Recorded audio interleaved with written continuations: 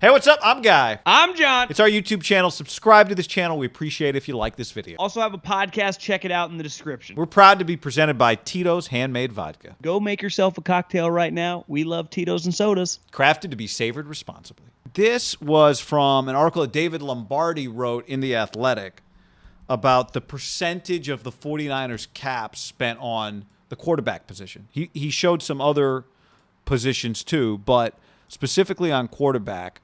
Here's how it relates to the NFL average. The Niners have 17% of their cap on quarterback. The NFL average is 9%, so that the Niners spend 8% more of their cap on quarterback than the league average. Here are, and this one might be a little harder to see for those of you watching, some other teams in the league. Pittsburgh is at 17%. Seattle's at 17%. Green Bay's at 16%. If you're going to be at 16 or 17%, you'd like the guy you're spending all the money on to be a future Hall of Famer, right? Which is the case in Green Bay, in Pittsburgh, and in Seattle. But that's not the case for the 49ers. So what does this, what David wrote in The Athletic, what do those numbers mean to you? Well, to me, several of those teams really stood out to me. I think Baltimore and Buffalo now are two teams that I actually think the Niners have a lot in common with. Definitely Baltimore, just the physical run game, really good defense. I think they have a lot of characteristics the Niners like. Obviously, they want their quarterback to be a little bit better of a passer in Lamar, but they would sign up right now to be as good of a team as Baltimore.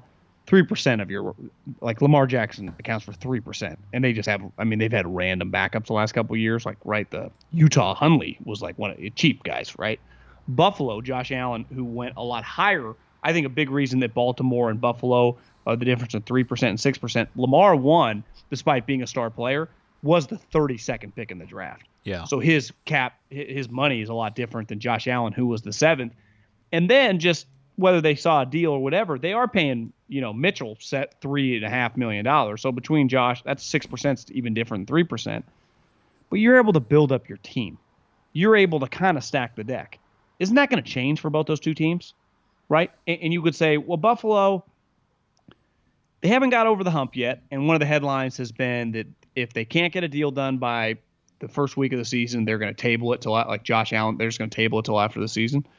Which, Buffalo, not that it's not going to impact year 4 for either of those two guys because their salary cap's already set for this season. So they've already benefited off these guys. Really, year 2, year 3, and year 4.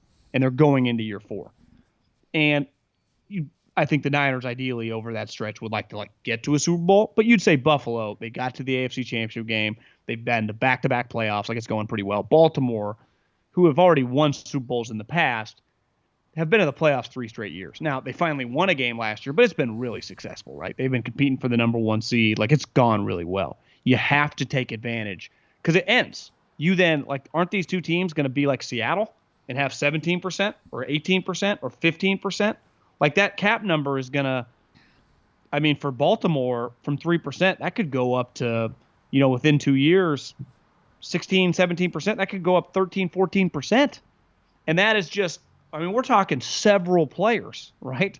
That's several players on your team. That's a guard, that's a starting corner, and it's your backup wide receiver. And maybe a really good kicker. Who knows? It adds up fast. If that's $20 million you're talking about, this is not the NBA where DeMar DeRozan costs you 28. This is where you can get 3 or 4 DeMar DeRozans for $4 or $5 million. And that's what changes. And that's where the Niners really have to take advantage of these next 2 years. And really, they don't have the picks, right? The Chiefs, once they just traded basically that first-round pick because they flip-flop picks the first year and then they traded first-round pick the next year. Well, by the 3rd year of Mahomes, they could trade a 1 for Frank Clark, or they could trade a 2 for Orlando Brown. They had picks back. The Niners are not going to have first-round picks for 2 straight years.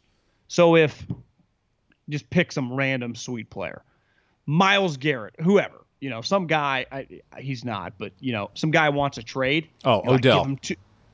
Give him, back a couple years ago, give him 2 1s for that guy. They don't really have the capability to do that. Even if it's the equivalent of Stephon Diggs, but they'd probably need a corner, like a Jalen Ramsey. They can't really make that trade, right? So they don't really have the ammo to make the trade, even though they're going to have the cap space. They're really going to have to be aggressive in free agency. And as we know, those type players don't hit free agency. Like to get a Diggs or to get a Jalen Ramsey, you don't just get to buy them. Well, you have to trade for them and then pay them. Quick interruption to tell you to click on DraftKings in the description and use the promo code HAM. And if you want some meat, butcherbox.com/ham down below. Free lobster tails and ribeyes. Look what happened with Trent Williams, right? With the Chiefs. The Chiefs did it just about everything they could, and it doesn't guarantee you even get the player.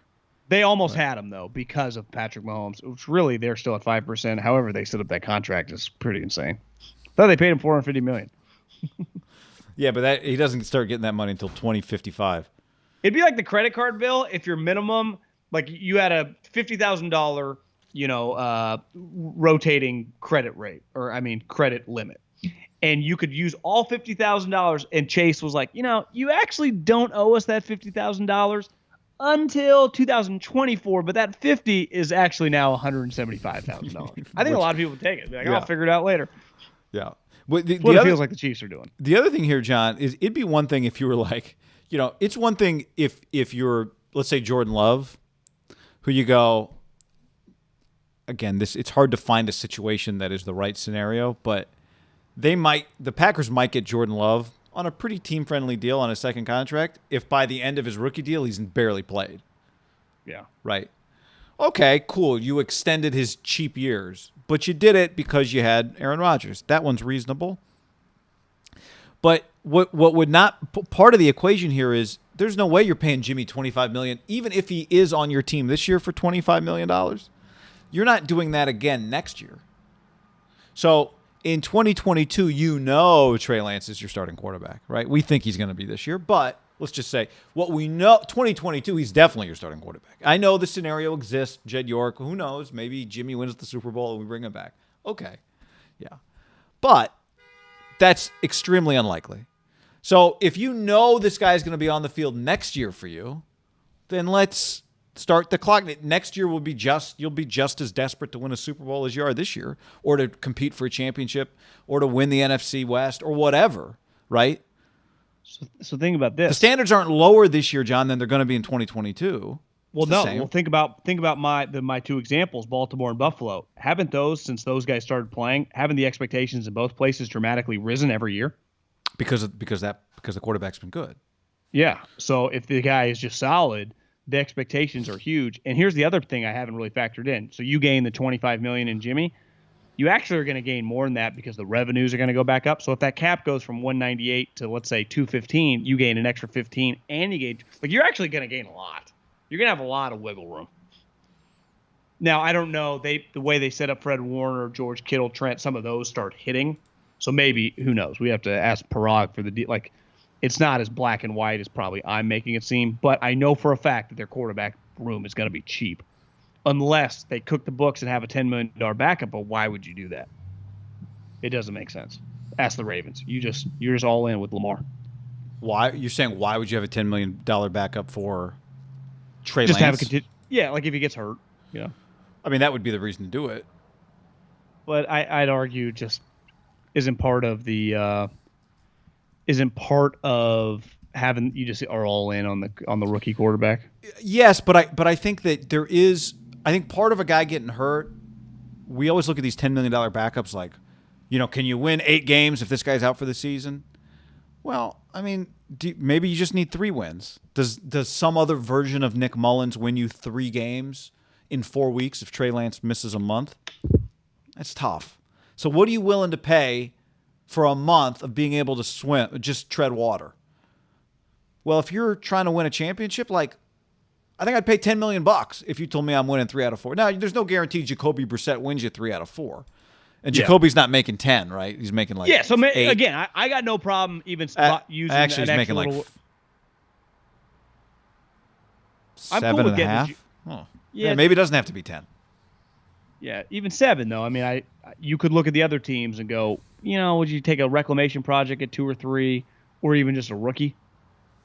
Or a guy on a veteran minimum. If my rookie got rid of the football like Drew Brees did, and even Brees got hurt, if I'm going to be running RPOs and options with him, I'd like to be able to have 2 weeks of another guy. I think there is a value in that. But yeah, it's hard to find that guy. It's hard to find that guy.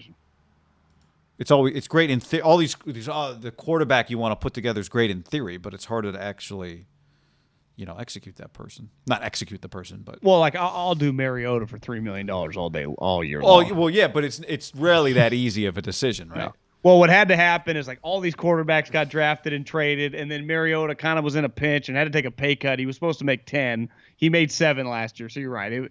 It's been the perfect combination of circumstances for them to get that. What's mind-boggling about the NFL all the time is that like 20 teams need a quarterback, and yet when a quarterback needs a place to go, there's like 3 destinations. Because people are always like in the middle of like evaluating a guy they just had or trying to figure out, we'll do Fitzgerald this year and then we'll get to it next year. It's really weird. Well, you can't truly just make a transaction like baseball, just like, just put him in the lineup today, right? You can't just. If you could, I think it would happen a lot more, just moving and shaking. Like if you could just be like, we'll just cut this guy, add this guy, play him at third base, right? And have him bat fourth for a week and just see if it works. If not, we'll just plug another guy in there. You can't just do that at quarterback. Like, well, Coach, I don't know the fucking plays. Coach, what is jet right? What? It is harder, right? It's very complicated. Yeah. Even basketball, like I can just, have this guy be our backup point guard. Try him out for these 2 weeks. It's harder to just be like, try this guy out for 2 weeks. Well, it's like, hey guys, he doesn't know where to throw. We can't even run a practice. Right. All the reps in practice go to the number one guy. Yeah, and even the second team reps, like I can't afford to waste a rep during the season. It's like this guy's fumbling. I don't have time. Problem in the NFL, more than college, there's not as much development during the season as I think the average fan would just think. Like, you just get better. Well, you kind of got to get better on your own. When I was at Fresno State Sundays, Pat Hill was really smart. He would take all the freshmen that were in the stands to watch the game, and then all the young players that did not play in the game, they would have like an hour and a half scrimmage. And the guys that just played in the game, their only practice was to come run wind sprints, root their young players on, and get rally burgers. But like you would play. So like if you were a young player, I don't know if the rules have changed in college football, but like if you were a redshirt freshman, 7 to 10 times a year, it wouldn't happen every week, but many weeks there would just be a live scrimmage. Guys just play football. But like that does not have. If you're just like the practice squad guard, it's like, well, you're just getting better. Well, kinda. You get to do some individual work, and then you go off to run with the scout team, right? Mm-hmm. You're just running the other team's plays. Now you can make a name for yourself, like the coach is like, this guy's giving us great looks. For sure. But it does usually take like an injury or something. Like you just need things that are out of your control. It doesn't help you a ton if that's not the offense your team runs ultimately. Yeah, and sometimes it's easy if like you're not a running quarterback. That's another thing. If you're not a running quarterback, like I was watching Rosen, he's just maybe not very good, which is crazy. Yeah, by the way, I don't think I think Sudfeld's going to be, unless they have like a affinity for Josh Rosen, but he misses a fair amount of throws, John. All the time. But even if I had Josh Rosen, let's say I kept him as my 3, just because I wanted Jimmy and Trey, they're with the ones, and in practice, well, all the running quarterbacks, Josh Rosen doesn't look like any of these guys we're playing, right? Like we don't get to play Jared Goff every week anymore. So his like, I do just wonder if like the stiff quarterback who's not like a legit starter, I think they're going to start getting phased out more and more. Maybe I'm overreacting, but I had that thought the other day.